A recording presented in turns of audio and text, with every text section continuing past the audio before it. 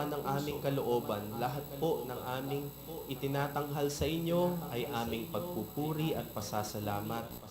Ama, kami ngayon ay umuupo sa inyong paanan upang makinig ng inyong salita.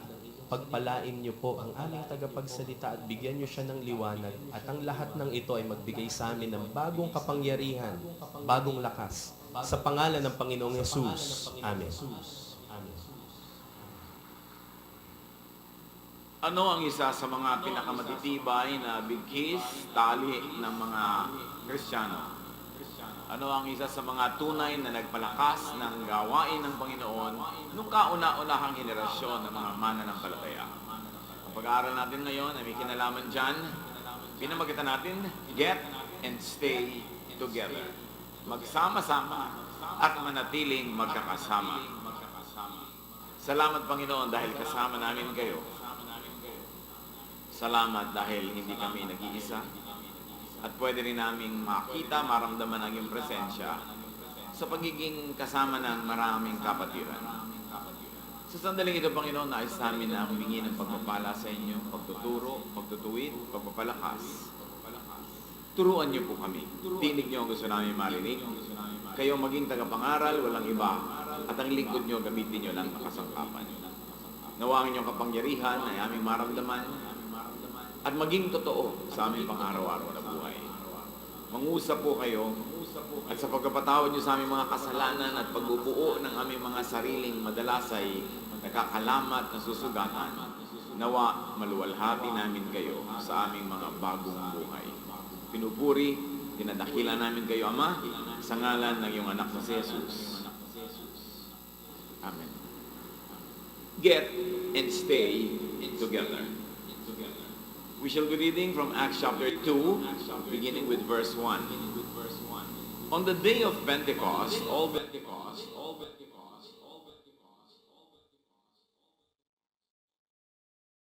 Lord's followers were together in one place.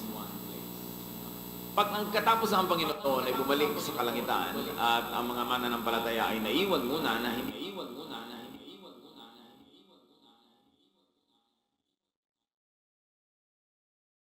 pa nila alam kung anong kanilang gagawin, hindi pa sila agad-agad nagturo, hindi pa sila agad-agad lumabas. Sila ay nagsama-sama, nananalangin, at nagpapalakasan sa isa't isa. At ang pagsasama-samang ito ang naging pinto ng pagbabalik ng presensya ng Panginoong Diyos sa pamamagitan naman ngayon ng Espiritong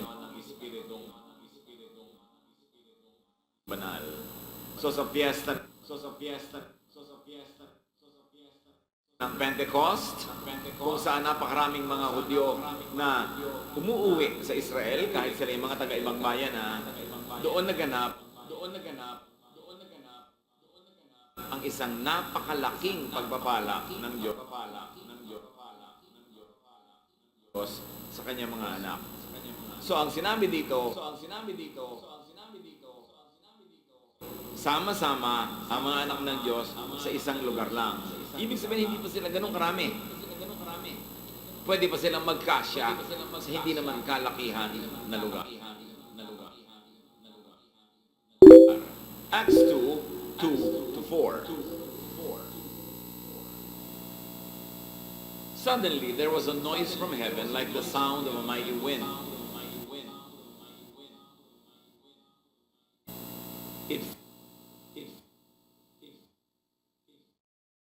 filled the house where they were meeting. Then they saw what looked like fiery tongues moving in all directions. And a tongue came and settled on each person there. The Holy Spirit took control of everyone, and they began speaking whatever languages the Spirit let them speak.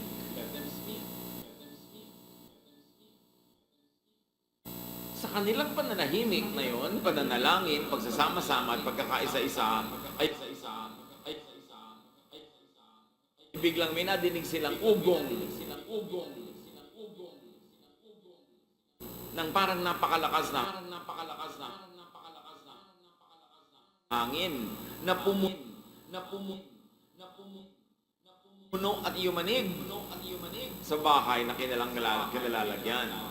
At pagkatapos may nakita sila mga mistula ng mga apoy na parang kortik, yung mga dila, mga maliliit na mga apoy, tongues of fire, na nanggaling sa kung saan, at ang mga ito ay dumapo sa ulo ng bawat isang naroon. At ayon sa ating binasa ay napuspos ng Espiritu ang bawat isa at nagsalita sa mga wika kung ano ang ibinigay sa kanilang wika ng Espiritu. And we see here the Holy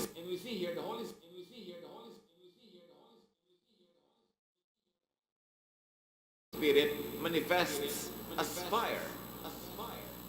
Na siya namang logo ng day by day. Na parang dove, na parang fire, na bumababa mula sa langit.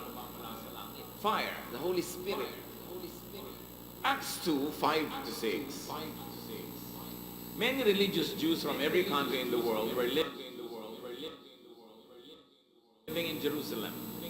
And when they heard it, this noise, a crowd gathered. But they were surprised because they were hearing everything in their own languages. We all hear them using our own languages to tell the wonderful things God has done, they said. Dahil sa ingay ng hangin na umuugong at lalo naman sa ingay ng pagsasalita ng bawat isang naroon sa bahay na yon sa iba't ibang mga wika, napukaw ang pansin ng napakarami mga tao at sila'y nagtipon-tipon na malapit sa bahay na yon. At sabi nila, kamangha-mangha. Iba't ibang mga tao nadidinig na may nagsasalita sa aming mga iba't ibang wika. Sapagkat ang mga Hudyo noon ay mga international people. Para mga Pilipinong OFW. Dahil sa hirap ng buhay sa kanilang bayan at dahil sa mga political difficulties, sila ay nangingimbang bayan at kung saan nagtitirahan. At nagiging wika na nila yung wika nung bayan na titirhan nila.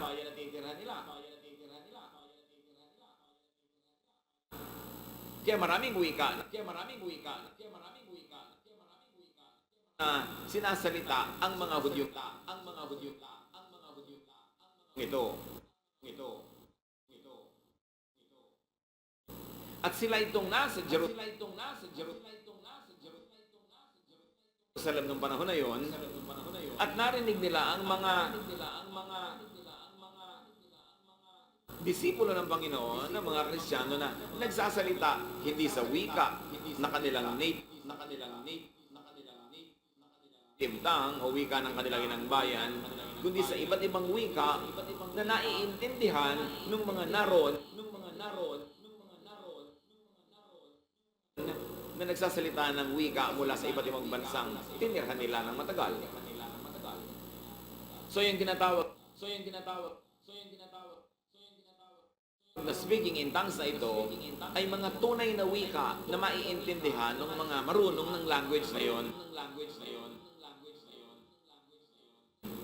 Hindi sila mga salita na parang utal-utal o mga pinagdugtong-dugtong na mga letra at mga katinit at patinig na walang saysay. Tunay na language. Yung language ng Pentecost. To be understood by people who actually spoke those languages. So they were real international languages The languages were different, but the message was the same. The wonderful things God has done. So sa isang biglang buhos, naipahayag sa mga taong iba, iba ang wika na nakasanayan na ang mga kababalaghan at mga kahangahangang ginawa ng Diyos. Bagamat iba-iba ang wikang ginamit, iisa naman ang paksa. At ito ay ang kabutihan, kahusayan, ang kaluwalhatian ng Diyos. Acts 2:14, Peter stood with the 11 apostles and spoke in a loud and clear voice to the crowd.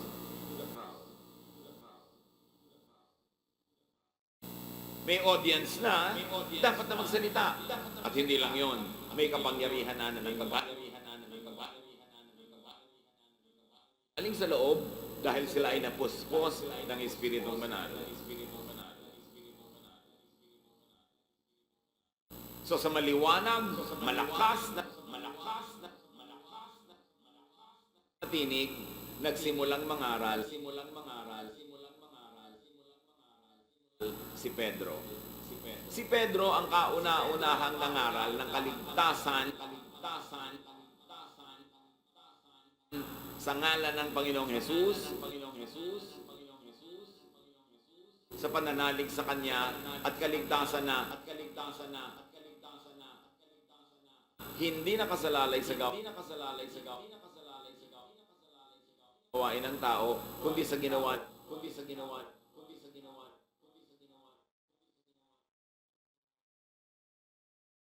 ni Jesus doon sa krus ng Kalma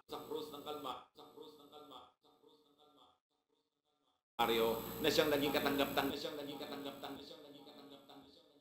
sa Ama sa langit, kaya ang tao ay may kaligtasan sa pananalig kay Jesus. Si Pedro ang unang nagsalita at nagturo nun na maaaring siyang kahulugan. Siyang sinabi sa kanya ni Jesus na I will give you the keys to the kingdom of heaven. Whatever you bound on earth is bound in heaven. Whatever you loose on earth is loosed in heaven. Na yung sinasabing susi ni San Pedro, hindi isang susing gusto niyang isara o buksan ng langit, bahala siya. Hindi ganon. Siya ang nagbukas. At kung hindi niya binuksan, hindi mabubukas. At least sa panahon na yun, siya ang nagpasimulang turo.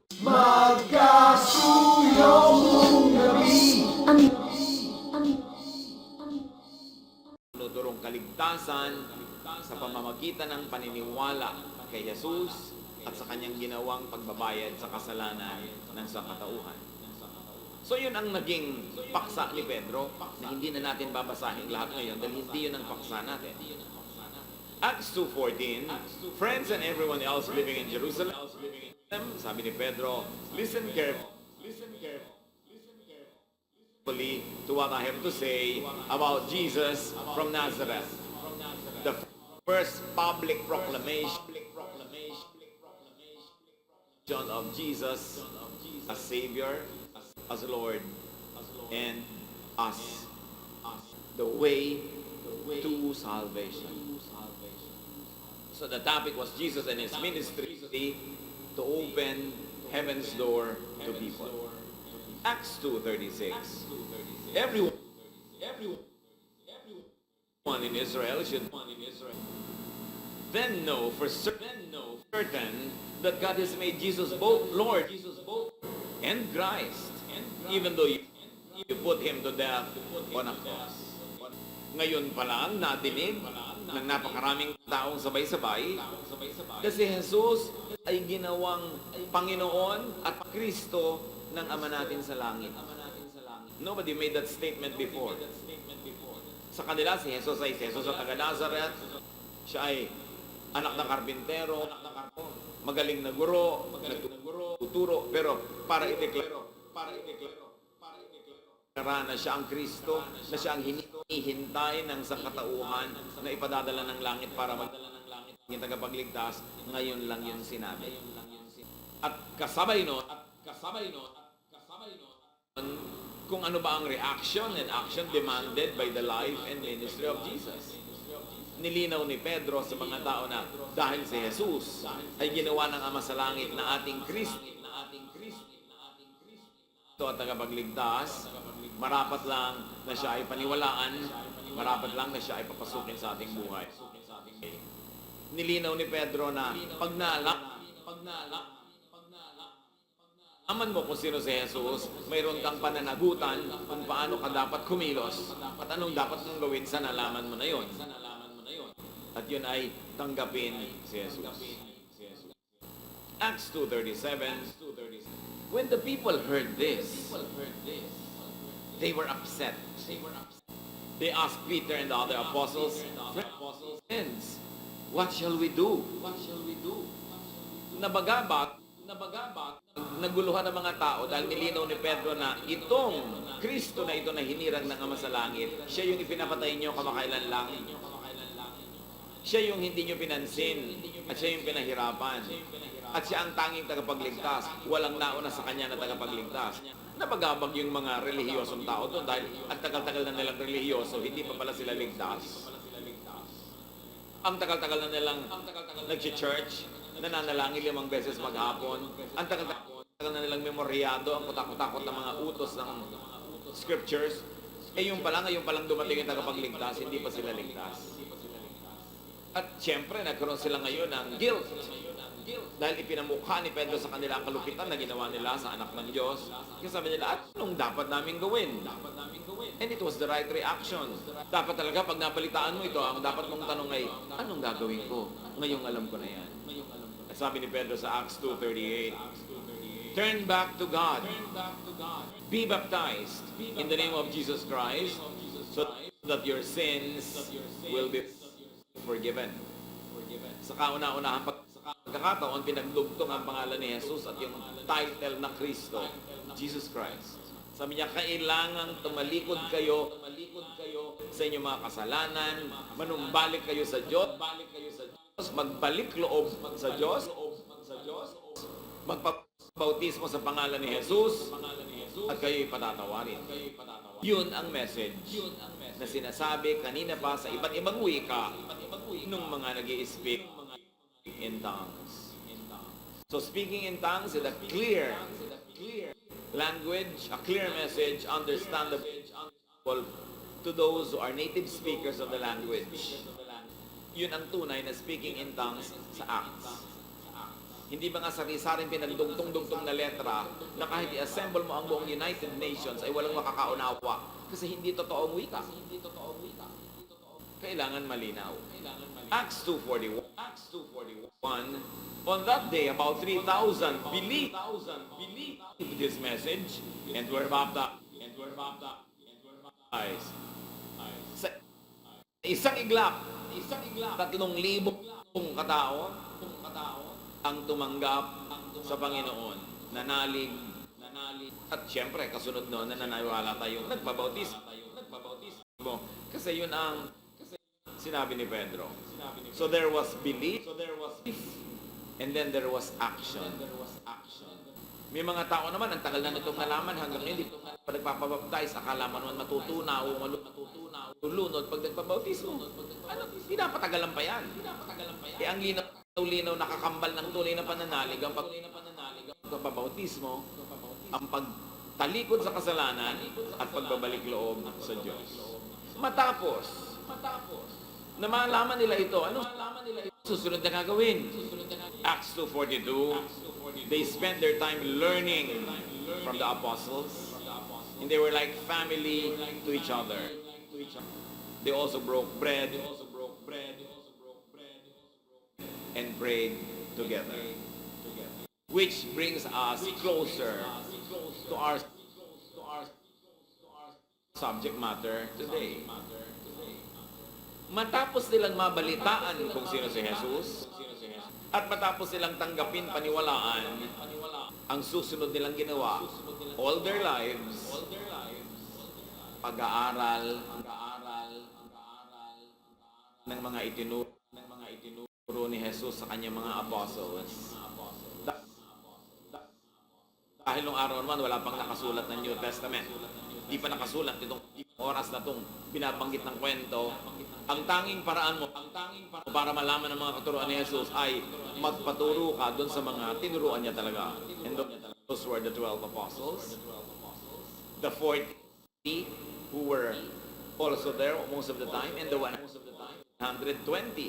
Mga talagang mga tagasunod ni Jesus. Sila ngayon ay araw-araw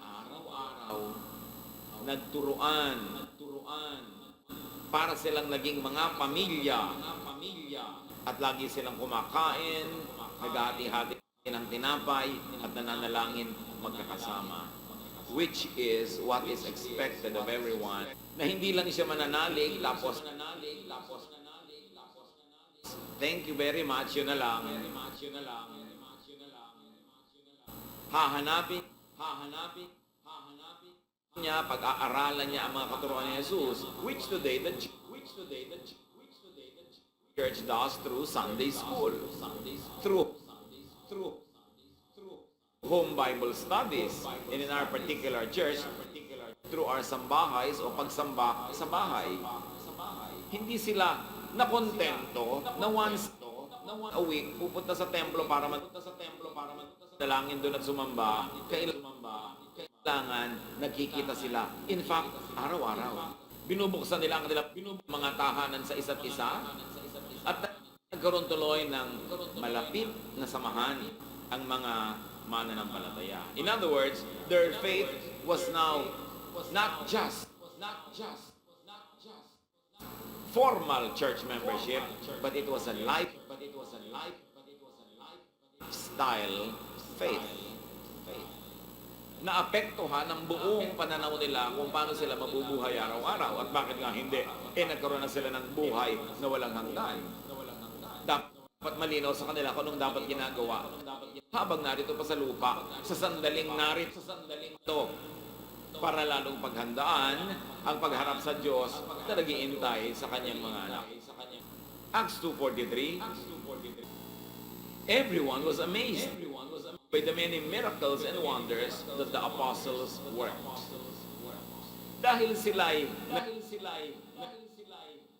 nananalig na, dahil sila'y magkakasama, nakakasundo-sundo, nagmamahalan, lalong nag-umapawang gawain ng Espiritong Banal at binigyan ng kapangyarihan ng mga apostles, ang kanilang mga leaders na ulitin ang mga himalang ginawa ni Jesus nung si Jesus ay nasa lupa. Maraming mga kababalaghan, mga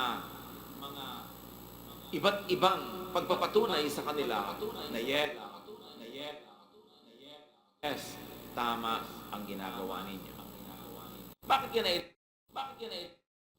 kailangan nung panahon na yun ng maraming himala? Kasi nga hindi pa nakasulat yung New Testament. Wala pa silang basihan para talaga ma-check kung alin ang tama at mali. So, ang pagpapatunay ay mga himala na hindi nagagawa ng mga hindi tunay naman na nampalataya. Hindi naman lahat ng panahon ay laging himala ang pagpapatunay, lalo't nakasulat na yung mga dapat pag-aralan at doon na nakabase ngayon sa iyo kung alin ang tama at hindi tamang paniwalaan at sundan. So there was a lot of signs and wonders. Acts 2:44-47. Wonders. Acts 2:44-47. All the Lord's followers often met together, and they shared shared everything they had. They would sell their property and possessions and give the money to whoever needed it. Day after day, they met together in the temple. They broke bread together. Together in different homes and shared their food happily and freely while praising God. Everyone liked them. And each day, the Lord added to their group others who were being saved. Tuwing nakikita-kita sila, napakasarap ng samahan, mainit ang pagmamahalan, at natutulungan sila na pasanin ang mga hirap ng buhay. Dumadating pa sa punto na yung mga may mga kakayanan, mga lupa, mga arian, ay nagbebenta ng ari-arian nila para lang mabigyan ng tulong ang mga kapatid na tunay na nangangailangan. At araw-araw, bukod sa pagpunta nila sa templo, pumupunta pa sila sa bahay-bahay mga kapatiran. Doon sila kumakain magkakasama, masaya, freely, malaya, at walang sinisingil. Dahil ang lahat kusang nagbibigay. While praising God. So ano naging bunga no? Lahat ng tao gustuhan sila. Gustong sumali sa kanila. Gustong maging katulad nila. Kaya naman sabi dito, lalo namang dinagdagan ng Diyos ang nagiging member ng kapatiran. Ganun bang nangyayari ngayon mga kapatid? Nagmamahal pa ba ang mga mananampalataya? O nag-uutangan ng walang bayaran? Nagchichismisan. Galingan. Nag-aaway pa kumisan. Pagka ganun, siyempre, baliktad ang mangyayari. Hindi matutuwa sa atin ang mga tagalabas, kundi tayo'y mapagtatawanan pa nga, mapipintasan, at lalo nilang sasabing ayokong maging katulad nila kasi hindi sila nakakatuwa. Nakakatuwa pa ba ang mga mananampalataya ngayon na walang ginawa kundi magawayan, magpagalingan, magsiraan sa isa't isa? Ang nagiging bunga, para tayo nagkakalat sa harapan ng tao, hindi tayo nagpapakita ng magandang patotoo. Kaya lalong napakahirap silang dalhin sa Panginoon. Pero dahil sa lifestyle, spirituality mga naunang Kristiyano, hindi sa husay nila salita, kundi sa kabaitan ng kanilang kalooban, sa kagandahan ng kanilang pakikitungo sa isa't isa, lahat ay natuwa dahil nakita nila sa mga Kristiyano yung pag-ibig na nakita nila kay Jesus. Nadagdagan ang naliligtas. It was a lifestyle faith, not just formal membership, not just formal activity attendance, but involvement in one another's lives. Hindi lang halubilo.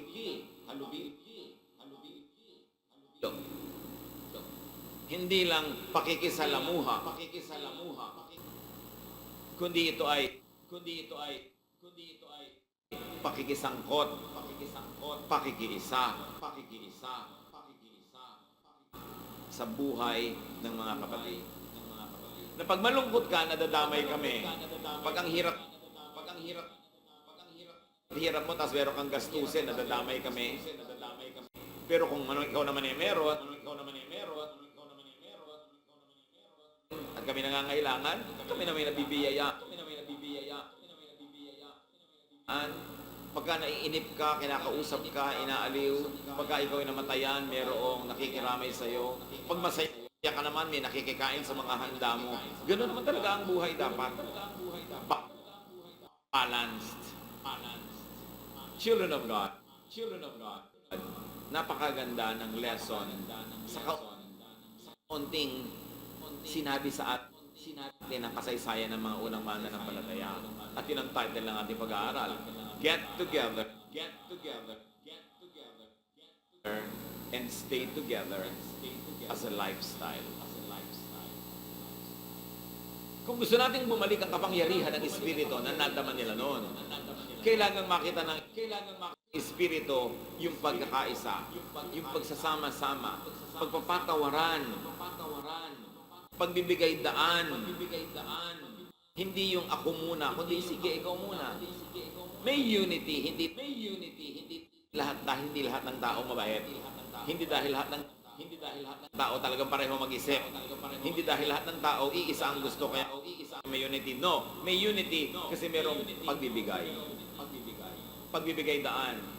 Kahit ibang iniisip ko, ibang gusto ko, sige, pagbibigyan kita, magbigayan tayo. Kaya nagkaka-unity.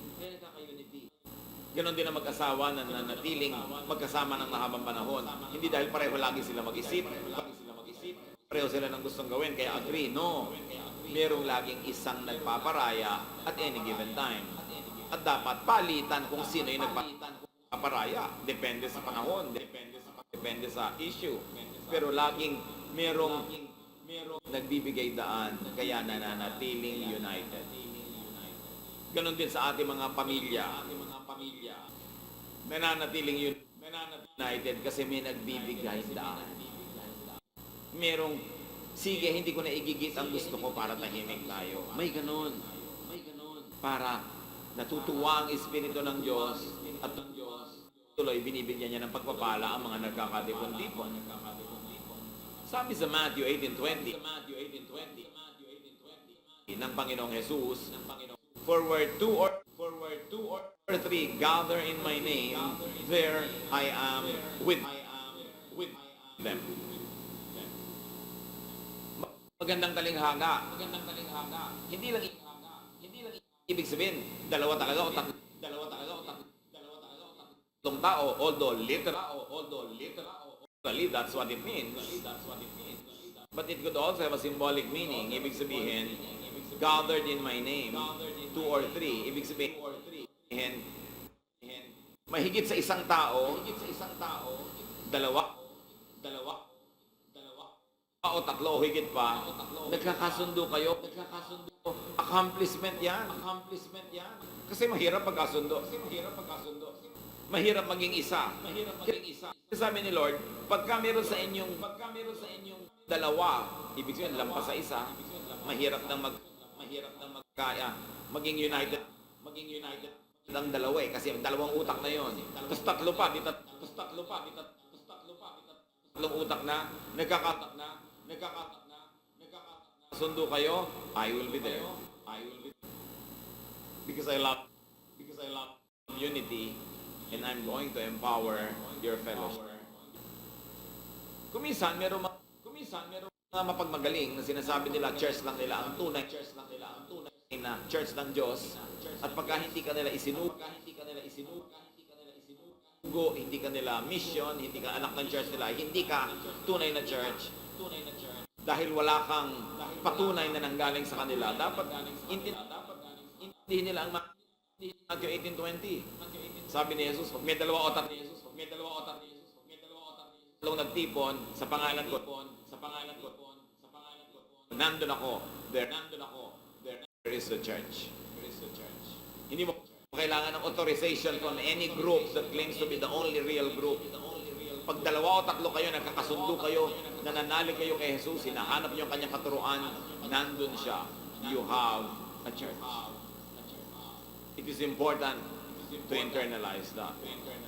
The Lord is delighted by fellowship and by togetherness of His people. Kaya sabi sa Matthew 18:19, I promise you that when two of you on earth agree about something you are praying for, my Father in heaven will do it for you. Sabi niya, promise. Basta magkasundo-sundo kayo. Kikilos ang Panginoong Diyos sa langit para bigyan kayo ng pagpapala. Natutuwa. Kikilos ang Panginoong Diyos sa langit para bigyan kayo ng pagpapala. natutuwa ang Diyos, may pagkakaisa. Kaya kung gusto nating magkaroon ng ganong kagalakan ng Diyos at tumanggap ng pagpapala ang buong kapatiran, magbigayan. Huwag laging igiit ang sarili. Monday, panalo ka, pinagbigyan ka ng iba. Tuesday, sila naman ang panalo, pagbigyan mo naman. Wednesday, iba naman. Hindi laging ikaw. Para may unity. Sa pamilya, sa workplace, sa magkakaibigan, dapat ganon. Hebrews 10:25, some people have gotten out of the habit of meeting for worship. But you must not do that. We should keep on encouraging each other. Meron daw mga taong tinamad na dumalo ng mga pagtitipon, lalo na ng pagsamba. Sari-sari ang kanya-kanyang selfish reasons para hindi makasamba. Pero sabi ng Hebrews 10:25, hindi dapat ganon. Dapat patuloy tayong magtipon-tipon, magkita-kita, at magpalakasan sa isa't isa. At ito ang challenge ngayong internet age. Marami mga tinatamad, nasa bahay na lang, mag-YouTube, mag-Ustream, manonood na lang ng worship, nakikikanta ng konti, makikipray ng konti. Hindi masama kung ikaw ay paralisado, o may sakit ka, o may baha, hindi ka makaalis, o may iba pang dahilan. Pero yung kaya-kaya ng katawan mong dumalo physically, dapat nandun ka. Sabi, we must not neglect our fellowshipping together. And of course, the context is literal, physical, personal fellowship.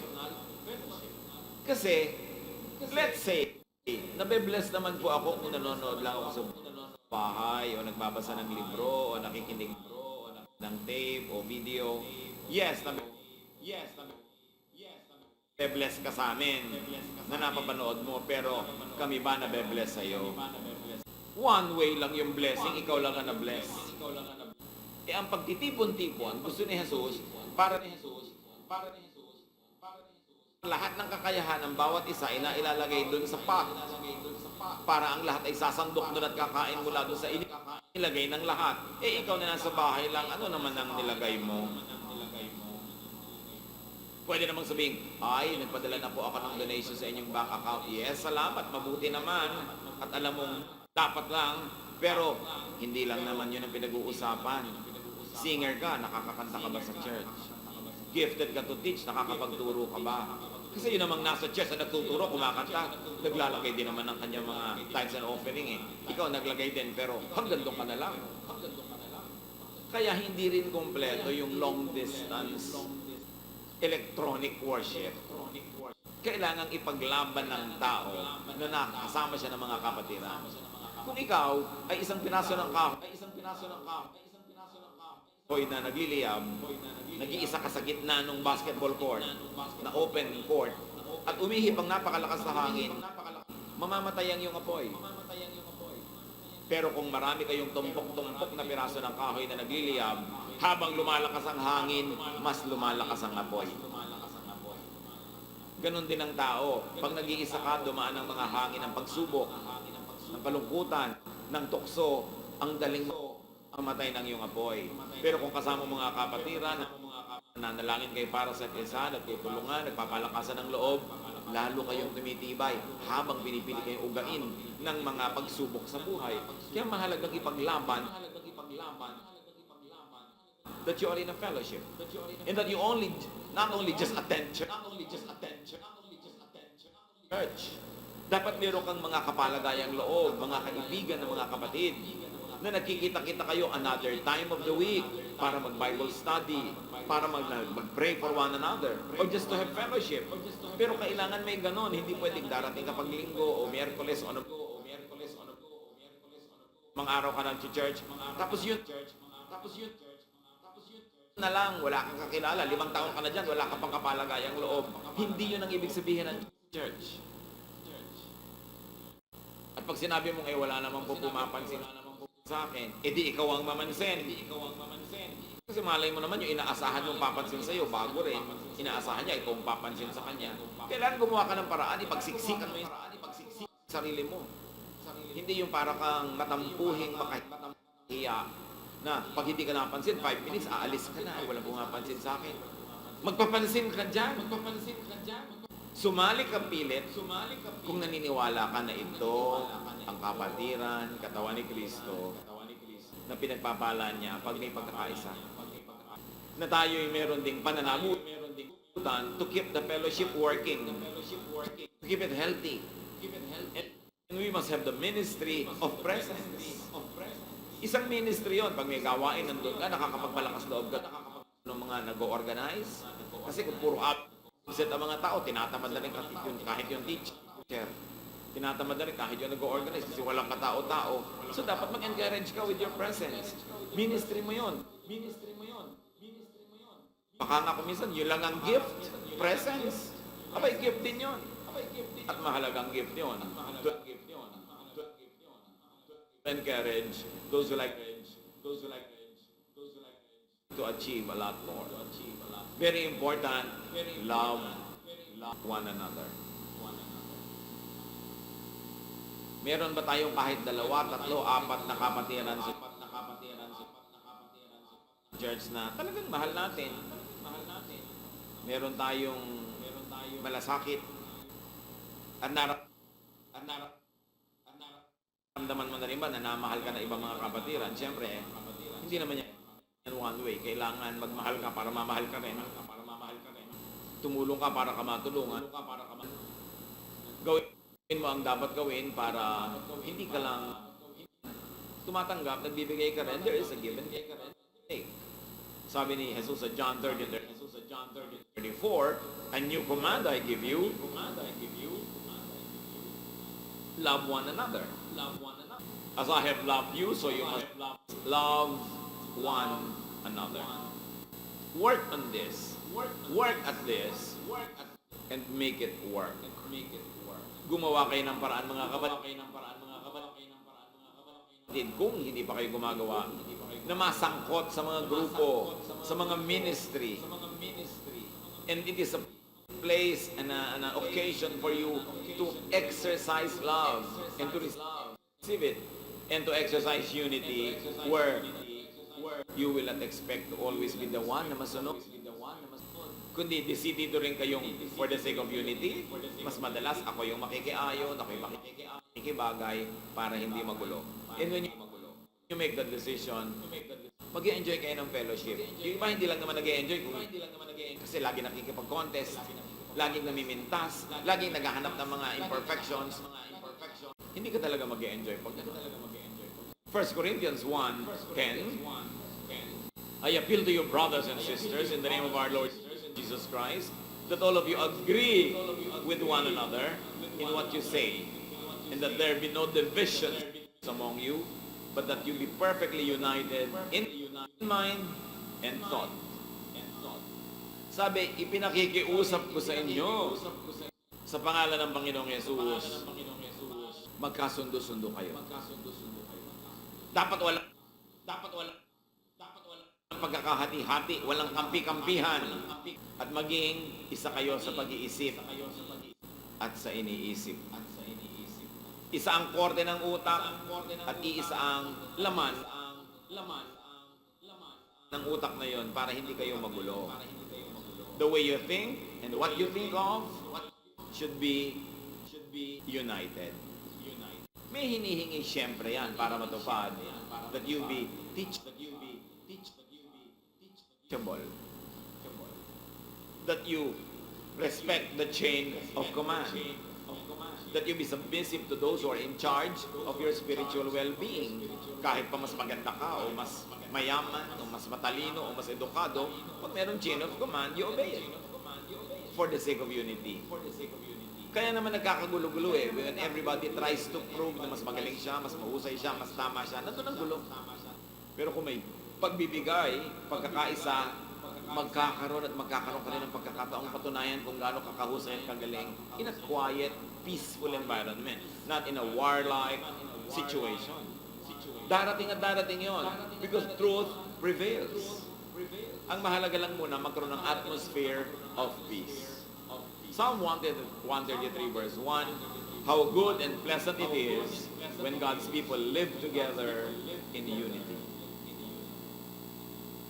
Pagdagdag, mag-ambag sa kapayapaan, hindi mag-ambag at magdagdag ng gulo.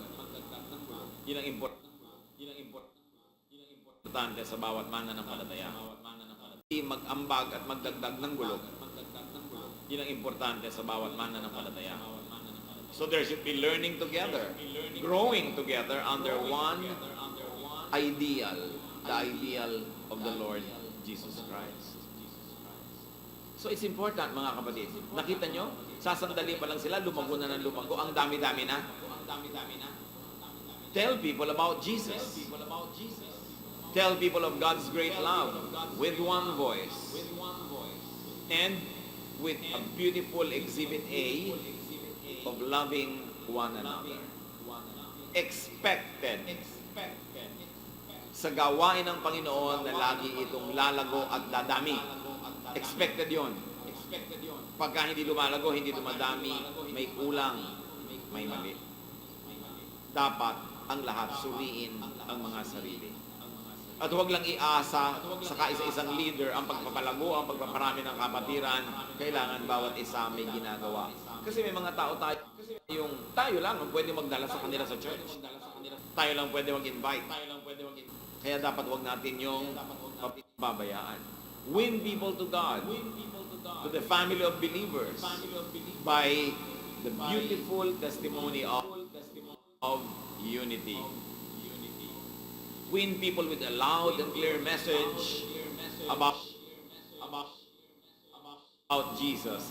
It's not about Moses. It's not about James. It's not about Paul. It's not about David or Solomon. It's about Jesus. At yung mga tao na yun na binanggit natin, may mga matututunan din tayo sa kanila. Pero anuman, pwede nating iniisip na matututunan sa kanila na salungat sa itinuturo ni Jesus o hindi malinaw na sangayon, alam natin dapat kung sinong ituro, sinong sundan, at sinong paghariin ang Panginoong Jesus na anak ng Diyos at nakapagligtas nating lahat. Win people with clear demonstrations of love and unity. And very importantly, don't only grow in knowledge, but grow in love. Bali, wala ang rumurunong sa Biblia, pero hindi naman maibigin. Hindi mabait, hindi mabuti. Kapipintasan lang lalo ang salita ng Diyos. But yes, of course, grow in knowledge. And very importantly, grow in numbers. Hindi dahil gusto mong dumami kayo para maganda, marami, at may maipagyabang, kundi para marami ang mabiyayaan ng katotohanan na si Jesus ay nagliligtas at pakinabangan nila ang pag-ibig ng Diyos na available, kailangan lang nilang mabalitaan. Dapat tayong bumalik sa old-fashioned soul. Kung matagal na kayo na Christian, nung bagong-bago ka pa lang, ang laging topic mo, si Jesus, basa ka ng basa ng Biblia, ano po, quiet time ka, hindi ka pwede magpalampas ng isang umaga na hindi mo naman nanalangin bago umalis sa kwarto, bago bumangon o bago magtrabaho o pumasok sa school. Dapat ibalik yon kung nanlamig ka na doon. Ang napakagandang miyembro ng mga churches ay yung bago, kasi mainit na mainit pa ang pag-ibig sa Diyos, in honeymoon period of the Lord. Yun ang mabait yun ang pagbigay, yun ang talagang halos lahat gagawin, masipag, yung mga bago. Pero yung tatagal na, pagamat, yes, praise God, lalo sa ating Diyos, ang dami ang tatagal na, lalong umiinit sa paglilingkod, lalong bumabait. Pero, madalas ding mangyari na pag matagal na, tinatamad, nawawala na ng gana, nagiging parang isang habit na lang ang church going. We should go back to our first love. At sabi yan ng Diyos sa church at Ephesus, sa Revelation, alam ko ang mga sakripisyo nyo. Alam ko ang mga ginagawa nyo, ang sipag-sipag nyo. But I have one thing against you. Sabi niya, you have lost your first love. And that is love for one another. And love for the Lord. Puro naging love for the work na lang. Love for the ministry. Puro performance, nakakapagod, nakakainit ang ulo, naging dahilan ng kawayan. Sabi niya, return to the love that you had at first. Balikan nyo ang init ng inyong unang pag-ibig sa Diyos. Kailangang ibalik yung sipag na magdala ng mga tao sa Bible study. Ibalik natin yung malinaw na pagtanggap sa katotohanan ng mga bahay, mga opisina natin ay sa Diyos. Kailangan magamit yan for God's glory. Kailangan magkaroon dyan ng mga pagtitipon, mga panalangin, mga Bible study para may saysay, may silbi ang ating mga private homes at mga private spaces. Hindi lang pang atin, kundi yan ay para sa lahat. Kita nyo, dumating pa sa punto na yung mga unang Kristiyano na nagbebenta ng property para tulungan ng kapatid. Sino naman ang hindi magsasabing, oo nga, kumikilos ang Diyos sa kapatiran na yan. Kailangan tayong bumalik sa ganung uri ng relasyon kay Jesus at sa isa't isa. At nang sa ganon manumbalik ang sigla ng Espiritu, lalong kumilos ang Espiritong Banal sa ating buhay at sa ating kalagitnaan, at marami pa tayong taong madala sa Panginoon. It is all important for God's people to be together. Lampasan natin ang paano ng mga dahilan, mga excuses para hindi makisama, makiisa sa mga kapatiran. Kailangan ang bawat isang Kristiyano, meron kang Bible study group, nakasali ka doon. Kung di man ikaw nagtuturo, ikaw yung tinuturuan, o katulong ka doon. Kailangan meron kang ministry. Ano man yon sa church? Ang daming ginagawa sa church. Hindi ka pwedeng laging bisita, dumarating na lamang. At aalis, pag naibigan mo, hindi pa nga tapos yung closing song, tumatakas na para maunang umalis sa parking lot o makabili ng libro. Selfishness. Laging nagmamadali.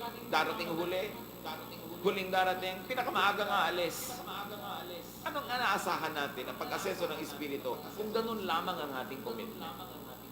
Kung niniwala tayo that this is the body of Jesus and that He gave His life for us, that we must right to the Lord, not only our finances, but our time also, and our talent. Ano man ang talent ng tao, dapat at least 10% niyan isinusuko niya sa church at ginagamit sa pagpapalaganap ng gawain ng Panginoon. Pati time, dapat ipinagtatay sa katunayan, 24 hours, o ilan ang 10% nun na ibibigay mo sa gawain ng Panginoon. Kahit malang kalahati, para sa sarili mo lang, magbasa ka ng Biblia, manalangin ka, worship by yourself. Meron dapat parte ang Diyos sa ating free time, talent, and treasure. Kung sasariwain natin kung ano ba talaga ang kahulugan ng church. The Holy Spirit came and infilled the first generation Christians when they were together. The same Spirit, in many other ways and forms, can come and